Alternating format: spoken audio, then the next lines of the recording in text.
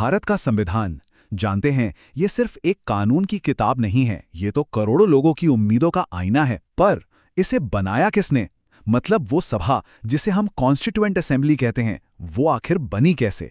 इसकी कहानी ना बहुत दिलचस्प है, जो शुरू होती है अपने देश पर खुद राज करने के एक लंबे और मुश्किल सफर से। तो चलिए आज इसी कहानी को समझते हैं। तो इस कहानी को हम कैसे समझेंगे? देखिए, हम इसे 5 हिस्सों में देखेंगे। सबसे पहले ये जानेंगे कि हमारा अपना संविधान बनाने की जिद आई कहाँ से। फिर बात होगी कैबिनेट मिशन योजना की, जिसने इसका पूरा ढांचा तैयार किया। उसके बाद देखेंगे कि कैसे एक सभा का चुनाव हुआ और फिर उस पर बंटवारे का साया कैसे पड़ा। और हाँ, आखिर में ये भी जानेंगे कि कैसे यही सभा एक आज़ाद, एक संप्रभु संस्था बन गई। तो चलिए शुरू करते हैं। देखिए, ये कहानी ना किसी सरकारी दफ्तर या कमेटी के कमरे से शुरू नहीं होती। नहीं, ये शुरू होती है एक सोच से, एक जबरदस्त आइडिया से। आइडिया ये था कि भाई, भारत की किस्मत का फैसला अब लंदन में बैठे लोग नहीं करेंगे, इसे लिखेंगे भारत के लोग, यहीं भारत में।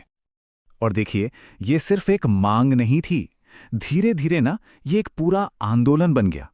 सोचिए, 1934 में एम.एन. रॉय ने पहली बार ये बात छेड़ी, फिर कांग्रेस ने इसे अपनी ऑफिशियल डिमांड बना लिया, और 1940 आते आते तो ब्रिटिश सरकार पर इतना प्रेशर बन गया कि उन्हें झुकना पड़ा।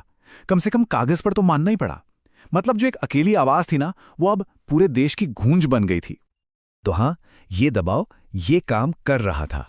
नतीजा ये हुआ कि 1946 में आखिरकार ब्रिटिश सरकार ने एक कैबिनेट मिशन भारत भेजा। और ये लोग सिर्फ चाय पीने या बात करने नहीं आए थे। नहीं, उनके पास एक पक्का प्लान था, एक पूरा ब्लूप्रिंट था नए भारत के लिए। तो सवाल यह है कि आखिर इस प्लान में था क्या? इस पूरे प्लान के दिल में कह सकते हैं एक नंबर था, एक ऐसा नंबर जो पूरे ब्रिटिश भारत और सैकड़ों रियासतों की तकदीर तय करने वाला था। और वो नंबर था 389। तो अब सवाल उठता है कि ये 389 सीटें आईं कहां से? देखिए, इसे ऐसे समझिए, इसको 2 बड़े हिस्सों में बांटा गया। 296 सीटें तो दी गईं उन इलाकों को जिन पर अंग्रेजों का सीधा राज था, जिन्हें हम ब्रिटिश इंडिया कहते हैं, और बची हुई 93 सीटें रखी गईं रियासतों के लिए, मतलब जहां राजा महाराजा हुआ करते थे। ये एक तरह से 2 अलग अलग भारत को एक छत के नीचे लाने की कोशिश थी। और हाँ, ये सीटों का बंटवारा कोई हवा में नहीं हुआ था। इसके पीछे एक बहुत सीधा और साफ सिद्धांत था, आबादी के हिसाब से हिस्सेदारी। मतलब मोटा मोटा हिसाब ये था कि हर 10 लाख की आबादी पर एक सीट होगी। कोशिश बस इतनी थी कि ये सभा जो बने वो सच में पूरे भारत की आवाज लगे।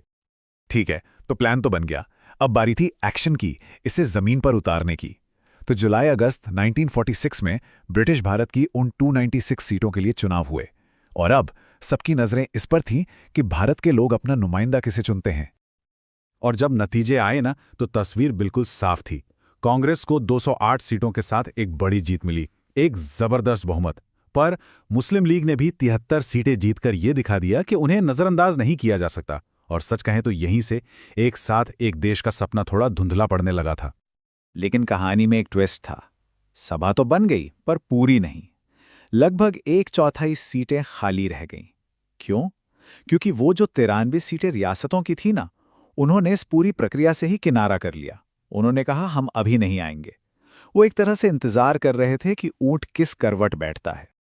तो सभा ने जैसे तैसे अपना काम शुरू किया ही था कि एक ऐसी खबर आई, एक ऐसी घोषणा हुई जिसने सब कुछ बदल दिया। इतिहास का पहिया ही घूम गया। एक ऐसा फैसला जो हिंदुस्तान के नक्शे को हमेशा हमेशा के लिए बदलने वाला था। तारीख थी 3 जून 1947 और ऐलान था माउंटबेटन प्लान का, मतलब भारत का बंटवारा। और इसका एक ही मतलब था कि जो संविधान सभा एक पूरे अखंड भारत का संविधान लिखने बैठी थी, अब खुद उस सभा का भी बंटवारा होगा।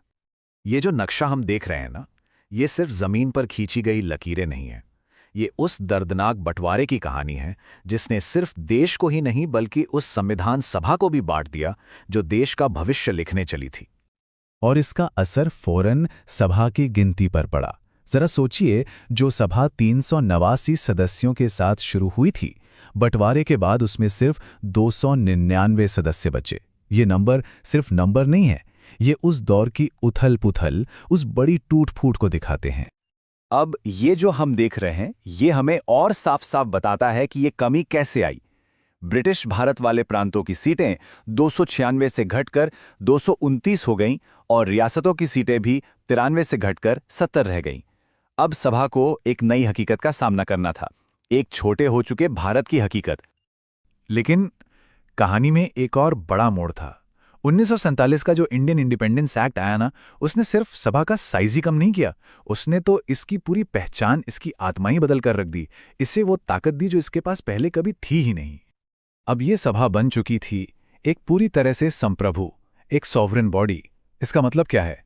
मतलब ये कि अब इसके ऊपर किसी का कंट्रोल नहीं था, कोई ब्रिटिश कानून, कोई अंग्रेजी हुक्म, कुछ नहीं। ये सभा अब पूरी तरह से आज़ाद थी, जैसा चाहे वैसा संविधान बनाने के लिए। कह सकते हैं कि अब जाकर भारत की तकदीर असल में भारतीयों के हाथ में आई थी। और एक और मजेदार बात, ये सभा सिर्फ संविधान बनाने का काम नहीं कर रही थी। नहीं, ये एक साथ दो दो जिम्मेदारियां निभा रही थी। एक तरफ तो ये देश का सबसे बड़ा और बुनियादी कानून यानी संविधान लिख रही थी, और साथ ही साथ ये भारत की पहली संसद का काम भी कर रही थी, मतलब रोजमर्रा के कानून बनाना। सोचिए, एक ही बॉडी, दो इतने बड़े काम। और हाँ, एक बात और जो हमें कभी नहीं भूलनी चाहिए, इस इतने बड़े काम को सिर्फ पुरुषों ने ही नहीं किया था। ये याद रखना बहुत बहुत जरूरी है कि संविधान सभा में 15 शानदार महिला सदस्य भी थीं। अमृत कौर, सुचेता कृपलानी, सरोजिनी नायडू, इन जैसी कई महिलाओं ने भारत की नींव को गढ़ने में बहुत बड़ी और अहम भूमिका निभाई। तो आखिर में एक सवाल हमारे सामने खड़ा होता है, बंटवारे के उस मुश्किल दौर में, उस सारी उथल पुथल के बीच आखिर कैसे इस सभा ने एक ऐसा संविधान बना दिया जो एकता की बात करता है, जो आज भी दुनिया भर के लिए एक मिसाल है।